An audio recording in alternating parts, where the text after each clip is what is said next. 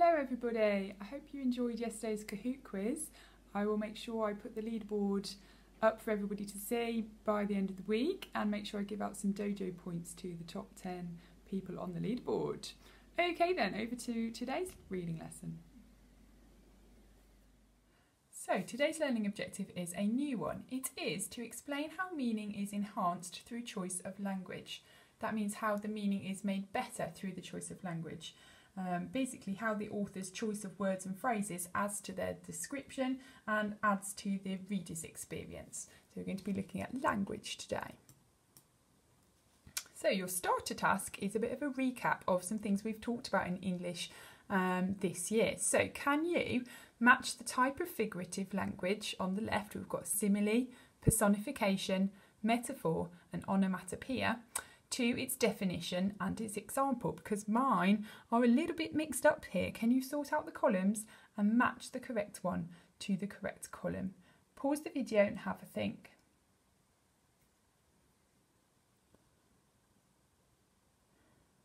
Welcome back. Well done if you had a go. Let's have a look at the answers and see how many you got right. So I've managed to correctly sort them out. Let's see if you agree. So simile is when you compare two different things using like or as. For example, the truth hit me like a bucket of cold water. Personification is when we give an object human characteristics. For example, the leaves danced in the wind. A metaphor is when we compare two different things without using the words like or as. For example, a white blanket covered the ground. Obviously, it's comparing snow to a white blanket without actually telling us it's talking about snow. And lastly, onomatopoeia is when we use words that imitate, that means copy, sounds. For example, it fell to the ground with a clunk. Clunk is the word that sounds a little bit like the noise it's describing. Well done if you got all of those right. You might want to kind of rewind and come back to this throughout the lesson. Before I read you the next part of the chapter, let's have a look at some vocabulary that's going to come up that we might not know and we need to have a definition of. So the first word is carcasses, which is a plural noun. A carcass is a dead body, so carcasses, plural of that, more than one, means dead bodies. Second word is din, which is another noun meaning a loud and prolonged noise. That means it's going on for a while. For example, Year 6 creates quite a din at lunchtime.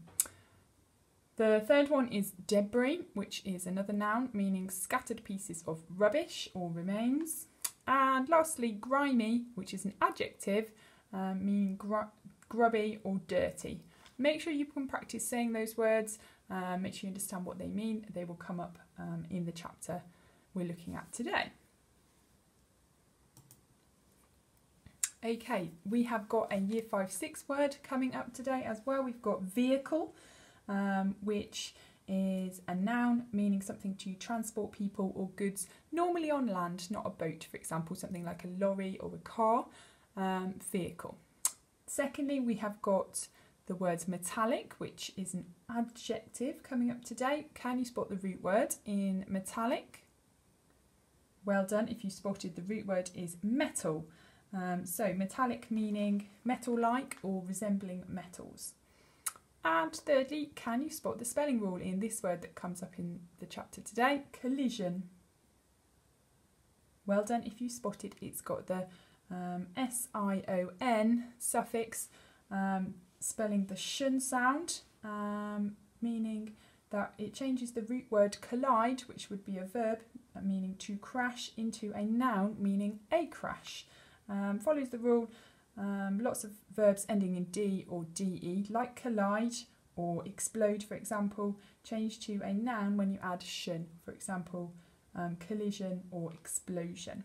Well done if you spotted that one. Okay, let's have a look at the next page of Stormbreaker. I'm going to read it to you first, and then we'll have a look at a couple of questions together using this skill of explaining. So, while I'm reading it, you can have a little listen out for any figurative language that you think you might spot on this page. JB Strikers was a square of wasteland behind the railway tracks running out of Waterloo Station. The area was enclosed by a high brick wall topped with broken glass and razor wire. 2 wooden gates hung open, and from the other side of the road Alex could see a shed with a security window and beyond it the tottering piles of dead and broken cars. Everything of any value had been stripped away, and only the rusting carcasses remained. Remember, carcasses meant dead bodies, heaped one on top of the other, waiting to be fed into the crusher. There was a guard sitting in the shed, reading the Sun. That's a newspaper. We can see that it's the name of something because it's got a capital letter. In the distance, a crane coughed into life, then roared down on a battered Ford Mondeo, its metal claws smashing through the window to scoop up the vehicle and carry it away. I can see that it's talking about a vehicle, and I can work out that it must be the name of a specific type of vehicle because it's got a capital letter F and M. A Ford Mondeo is a type of car. A telephone rang somewhere in the shed, and the guard turned round to answer it. That was enough for Alex. Holding his bike and wheeling it along beside him, he sprinted through the gates. Okay, I wonder if you managed to spot any figurative language on this page. If you need some more time, pause the video and have a bit of a think, because there's quite a lot on this page. Welcome back. Okay, I spotted a few. I spotted that the phrase rusting carcasses is a metaphor. I'll explain a bit more about that on the next slide. I also spotted some personification. The author has used personification with describing that the dead carcasses were waiting to be fed into the crusher here. And I also spotted some personification and onomatopoeia that the author used when he was describing the crane, because the crane was coughing and roaring, and we can see that here. A crane coughed into life, then roared down. So some personification and onomatopoeia he also used there. So now we've spotted the figurative language that the author has used, I wonder if you can have a go at this Chili 2 question. Explain how the author has used figurative language on this page. So we found the figurative language. Can we explain it in a little bit more detail? Pause the video, have a think, and then I'll show you. Welcome back. So, when we are explaining, we need to explain what the figurative language is talking about. If it's comparing something, if it's a metaphor or a simile, what's it comparing it to? Okay, and personification, how is it doing that and what effect does that have? What does that add to the description? So the first one then, when we found the metaphor of the rusting carcasses, it's used to describe the damaged cars. It's not actually talking about dead bodies, but it's comparing the cars to dead bodies to show that they are the wrecked remains. They are what's left of the cars and that they're no longer going to move or work. They are now lifeless cars. So this personification of the lifeless cars waiting emphasises how still they are as well. So how they are not moving, they're not going to go anywhere. Then let's have a look at the crane description. The personification of the crane roaring and the onomatopoeia used as well just emphasises, that means makes more dramatic or makes more obvious, emphasises how loud the crane is because it's using lots of noise words, and how destructive it is. It's saying that it roared down. It makes it seem very violent. It's very destructive. In contrast to the cars, which were very still, kind of waiting to be fed into the crusher. So it makes the yard seem very dangerous by using this description. So when we have a go at this sort of question, where we're explaining how the author is using figurative language to describe things, we need to really think about the use of the words and the use of the phrases and explain what effect that has on the reader. What does it add to this description? Okay, let's have a look at the next page then. Again, can you listen out for any figurative language that has been used for effect on this page? And then we'll have a go at answering the question together. He found himself surrounded by dirt and debris. Remember that debris meant scattered rubbish. The smell of diesel was thick in the air and the roar of the engines was deafening. Alex watched as the crane swooped down on another of the cars, seized it in a metallic grip and dropped it into a crusher. For a moment the car rested on a pair of shelves. Then the shelves lifted up, toppling the car over and down into a trough. The operator, sitting in a glass cabin at one end of the crusher, pressed a button and there was a great belch of black smoke.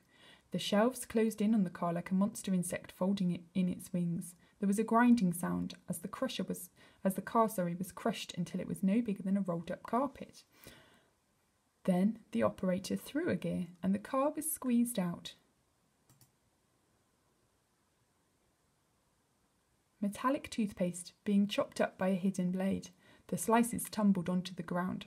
Leaving his bike propped against the wall, Alex ran further into the yard, crouching down behind the wrecks. With the din from the machines, there was no chance that anyone would hear him, but he was still afraid of being seen. Din, remember, meaning lots of loud noises.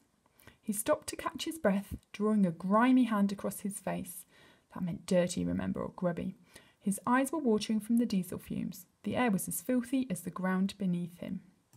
Okay, I wonder if you spotted any figurative language on that page. There were a few examples. Let's have a look.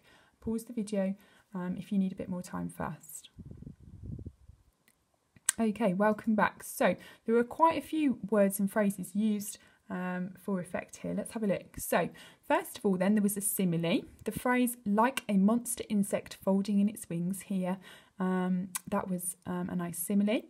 The author also used a metaphor here, the metallic toothpaste.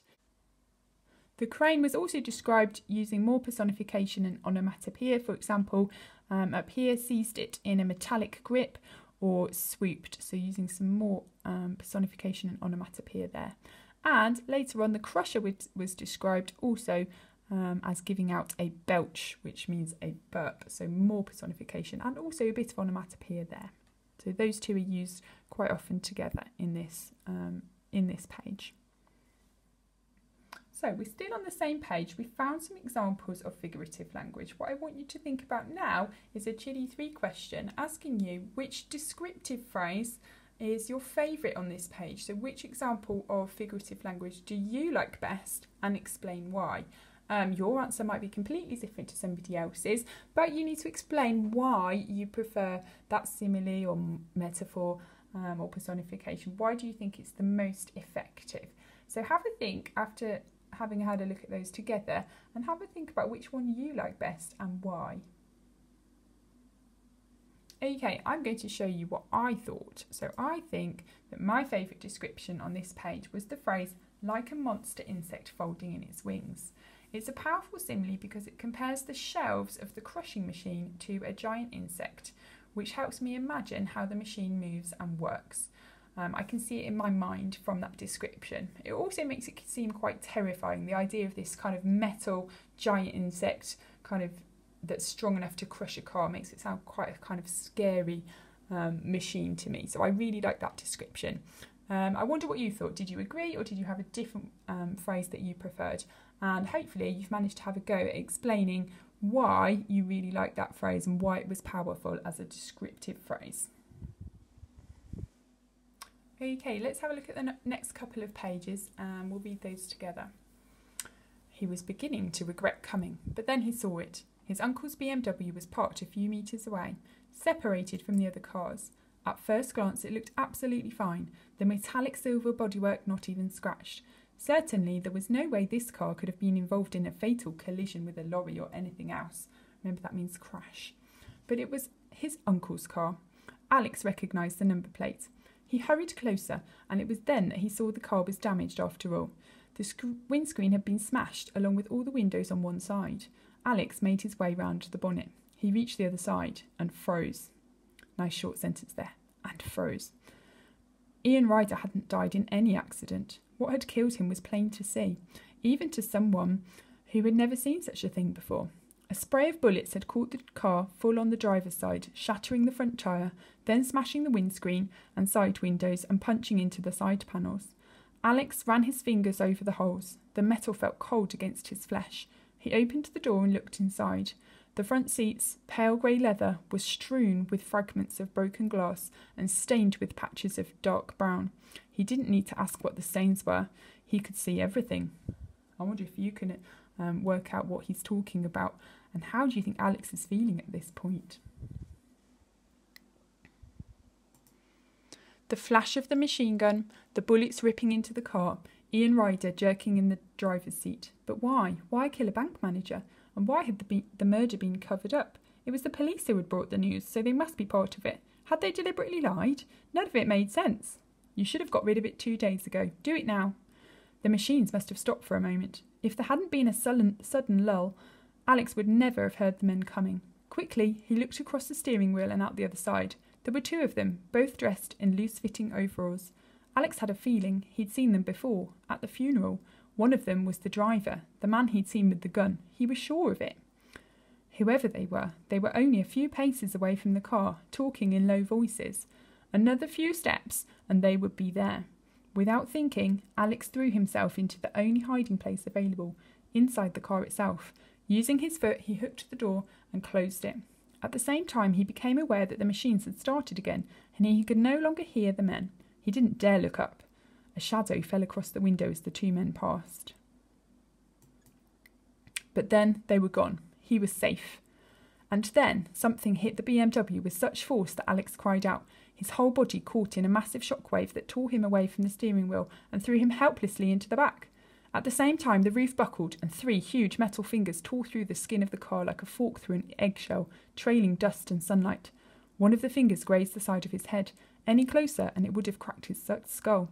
Alex yelled as blood trickled over his eye. He tried to move, then was jerked back a second time as the car was yanked off the ground and tilted high up in the air. He couldn't see. He couldn't move, but his stomach lurched as the car swung in an arc, the metal grinding and the lights spinning. It had been picked up by the crane. It was going to be put inside the crusher, with him inside. He tried to raise himself up, to punch through the windows, but the claw of the crane had already flattened the roof, pinning his left leg, perhaps even breaking it. He could feel nothing.